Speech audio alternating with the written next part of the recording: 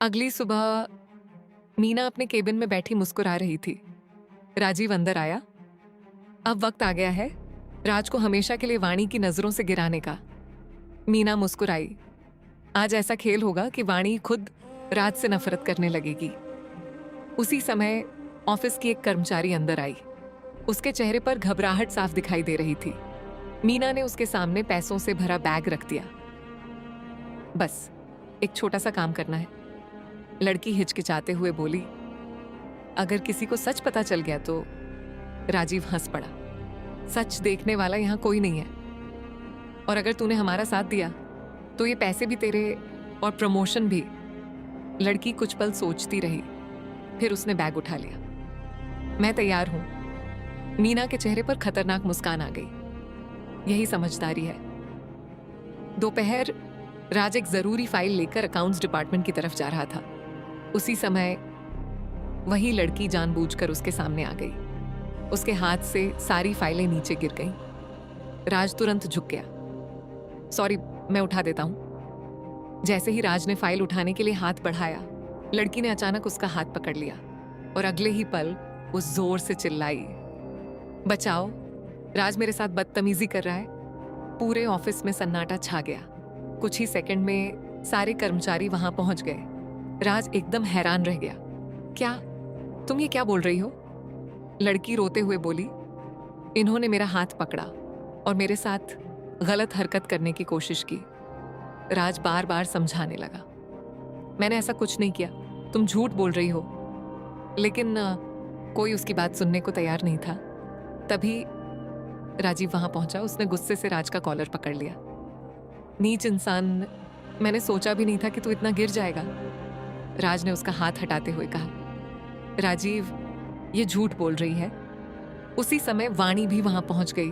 उसने देखा पूरे ऑफिस के बीच राज खड़ा था और सामने रोती हुई लड़की। वाणी ने गंभीर आवाज में पूछा, यहां क्या हो रहा है? लड़की रोते हुए वाणी के पैरों के पास बैठ गई।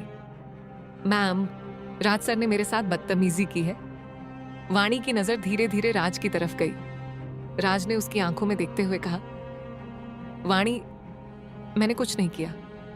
लेकिन राजीव तुरंत बोला, वाणी, अब भी इस पर भरोसा करोगी? इतनी लड़कियां उसके पीछे पागल हैं। अब समझ आया क्यों? ऑफिस के कर्मचारी भी एक एक करके बोलने लगे, हमें पहले से इस पर शक था। ऐसे लोगों को कंपनी में रहने का कोई हक नहीं। इसे अभी पुलिस के हवाले कर देना चाहिए। राज लगातार एक ही बात कह रहा था, मैं बेगुनाह हूं, मुझ पर भरोसा करो। वाणी चुपचाप खड़ी उसे देख रही थी। उसके चेहरे पर गुस्सा था और दिल में एक अजीब सी बेचैनी।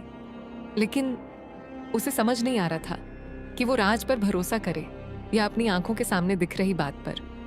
उसी समय मीना धीरे धीरे वाणी के पास आई और उसके कान में फुसफुसाई, मैंने पहले ही कहा था, एक दिन यही लड़का तुम्हारी इज्जत मिट्टी में मिला देगा। वाणी की मुट्ठियां कस गई। उसने एक बार फिर राज की तरफ देखा और उसकी आंखों में भरोसे की जगह शक उतर चुका था। क्रमशः वाणी कुछ पल तक बिल्कुल खामोश खड़ी रही। राज की नजरें सिर्फ उसी पर टिकी थीं। उसे यकीन था कि इस बार कम से कम वाणी उसकी बात जरूर सुनेगी। लेकिन वाणी ने नजरें फेर ली। राजीव गुस्से में चिल्लाया, ऐसे इंसान को ऑफिस में रहने का कोई हक नहीं है। कुछ कर्मचारी भी गुस्से में आगे बढ़ गए, इसे बाहर निकालो, इसने कंपनी की इज्जत पर दाग लगा दिया। राज बार बार समझाने की कोशिश कर रहा था, मैंने कुछ नहीं किया, एक बार मेरी बात तो सुन लीजिए। लेकिन किसी ने उसकी एक नहीं सुनी। कुछ कर्मचारी उसे धक्का देने लगे। राज लड़खड़ाकर जमीन पर गिर पड़ा। आर्या दौड़ती हुई वहां पहुंची। रुको, तुम लोग गलत कर रहे हो, राज ऐसा कभी नहीं कर सकता। लेकिन भीड़ किसी की सुनने को तैयार नहीं थी। कई लोग सालों की अपनी जलन और गुस्सा उसी पर निकाल रहे थे। आर्या रोते हुए राज के सामने खड़ी हो गई, प्लीज कोई तो रुक जाइए। तभी वाणी की तेज आवाज पूरे ऑफिस में गूंज उठी। बस पूरा ऑफिस शांत हो गया। वाणी धीरे धीरे राज के पास पहुंची। राज ने उम्मीद भरी नजरों से उसकी तरफ देखा। वाणी उसके बिल्कुल करीब आई और धीरे से उसके कान में बोली, तुम जैसे इंसान के लिए मेरे ऑफिस में और मेरी जिंदगी में कोई जगह नहीं है। आज के बाद मेरे सामने कभी मत आना। ये शब्द सुनकर राज की आंखों से एक आंसू निकल पड़ा। उसने कोई सफाई नहीं दी, बस एक बार वाणी को देखा और सिर झुका लिया। वाणी पीछे मुड़ी। सिक्योरिटी, इन्हें अभी इसी वक्त ऑफिस से बाहर निकाल दो। 2 सिक्योरिटी गार्ड राज को सहारा देकर बाहर ले गए। आर्या दौड़कर उनके पीछे गई। राज, हिम्मत मत हारना। वो उसे अपनी कार में बैठाकर सीधे अस्पताल ले गई। अस्पताल में डॉक्टर ने राज का इलाज शुरू किया। आर्या बाहर बैठी लगातार रो रही थी। राज, तुम्हारे साथ इतना सब क्यों हो रहा है? राज ने मुश्किल से मुस्कुराने की कोशिश की। शायद मेरी किस्मत में यही लिखा है। आर्या की आंखों से आंसू बह निकले। नहीं, मैं तुम्हें अकेला नहीं छोड़ूंगी। उधर वाणी अपने केबिन में अकेली बैठी थी। पता नहीं क्यों उसके सीने में बार बार दर्द उठ रहा था। उसे ऐसा लग रहा था जैसे उसने किसी अपने को खो दिया हो। उसने खुद से कहा, मैंने सही किया है ना? लेकिन उसका दिल लगातार कह रहा था, नहीं। रात वाणी घर पहुंची। जैसे ही वो अपने कमरे की तरफ जा रही थी, उसे ड्राइंग रूम से मीना और राजीव की हंसी सुनाई दी। वो दरवाजे के पीछे रुक गई। राजीव हंसते हुए बोला, आज तो कमाल हो गया। एक झूठे इल्जाम ने राज को वाणी की जिंदगी से बाहर कर दिया। मीना भी हंस पड़ी।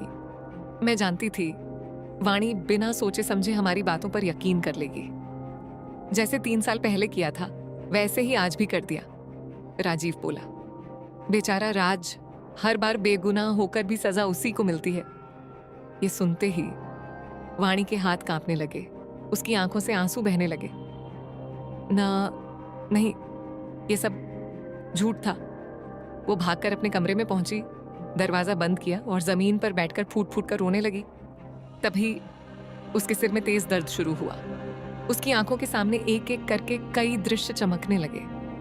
घना जंगल, बारिश, राज का उसके सामने गोली खाना, मीना की हंसी, उसकी अपनी आवाज। अगर मुझे दूसरा मौका मिला तो मैं वापस जरूर आऊंगी, सिर्फ राज के लिए। वाणी एकदम से चीख पड़ी। नहीं, उसकी सांसें तेज हो गईं। अब उसे सब याद आ चुका था। उसे याद आ गया कि ये सब पहले भी हो चुका है। उसे दूसरा मौका मिला था, लेकिन वो फिर वही गलती दोहरा बैठी। वाणी जोर जोर से रोने लगी। राज, मैंने फिर तुम्हारा भरोसा तोड़ दिया।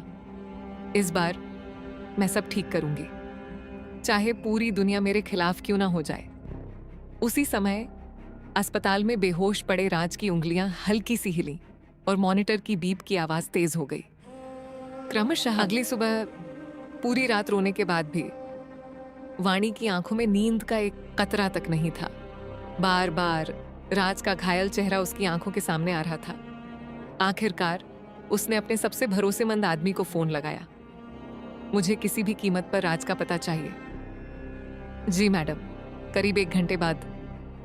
मैडम, राज सिटी हॉस्पिटल में भर्ती है। डॉक्टरों के मुताबिक उसकी हालत अभी भी गंभीर है। यह सुनते ही वाणी की आंखों से आंसू निकल पड़े।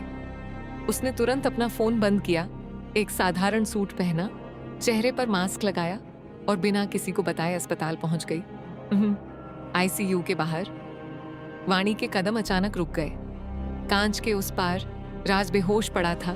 उसके पूरे शरीर पर पट्टियां बंधी थीं। मशीनों की बीप पूरे कमरे में गूंज रही थी। वाणी का दिल टूट गया। उसने कांपते हुए हाथ से कांच को छुआ। राज, मुझे माफ कर दो। तभी पीछे से किसी ने उसका हाथ पकड़ लिया। वाणी घबराकर पीछे मुड़ी। सामने आर्या खड़ी थी। तुम यहाँ क्या कर रही हो? वाणी कुछ पल चुप रही, फिर धीरे से बोली, मैं राज को देखने आई हूं। आर्या का गुस्सा और बढ़ गया। अब क्यों आई हो? जब पूरे ऑफिस के सामने उसे अकेला छोड़ रही थी तब याद नहीं आया था? वाणी की आंखें झुक गईं। मुझसे बहुत बड़ी गलती हो गई। आर्या ने पहली बार गौर से उसकी तरफ देखा। तुम्हारा राज से रिश्ता क्या है? कुछ सेकंड तक वाणी कुछ बोल ही नहीं पाई। फिर कांपती हुई आवाज में बोली, राज मेरा पति है। आर्या के पैरों तले जमीन खिसक गई। क्या तुम राज की पत्नी हो? वाणी ने सिर झुका लिया। हाँ, लेकिन मैं कभी उसकी अच्छी पत्नी नहीं बन पाई। आर्या की आंखें भी नम हो गईं। उसे यकीन नहीं हो रहा था कि जिस इंसान से उसे प्यार होने लगा था वो पहले से शादीशुदा था। लेकिन अगले ही पल उसे राज की हालत याद आ गई। वो गुस्से में बोली, अगर तुम इसकी पत्नी थी तो इसकी ये हालत कैसे हुई? तुम्हारी वजह से आज राज मौत और जिंदगी के बीच लड़ रहा है। वाणी रोते हुए बोली, मैं सब ठीक कर दूंगी। आर्या ने उसकी बात काट दी। हर गलती सॉरी से ठीक नहीं होती। उसी समय डॉक्टर बाहर आए। पेशेंट को होश आ गया है, लेकिन सिर्फ एक व्यक्ति अंदर जा सकता है। आर्या तुरंत अंदर चली गई। वाणी वहीं बाहर रुक गई। राज ने धीरे धीरे आंखें खोली। सामने आर्या खड़ी थी। राज ने कमजोर आवाज में पूछा, तुम ठीक हो ना? आर्या मुस्कुरा दी, मुझे कुछ नहीं हुआ, तुम जल्दी ठीक हो जाओ। राज ने इधर उधर देखा, बाकी सब कहाँ हैं? आर्या कुछ पल चुप रही। उसने आईसीयू के बाहर खड़ी रोती हुई वाणी की तरफ देखा, लेकिन उसने राज से कुछ नहीं कहा। बाहर वाणी कांच के उस पार खड़ी बस राज को देख रही थी। उसकी आंखों से आंसू रुकने का नाम नहीं ले रहे थे। उसे एहसास हो चुका था कि उसने जिस इंसान को सबसे ज्यादा दर्द दिया, आज उसी को खोने का डर उसे अंदर ही अंदर खत्म कर रहा था। क्रमशः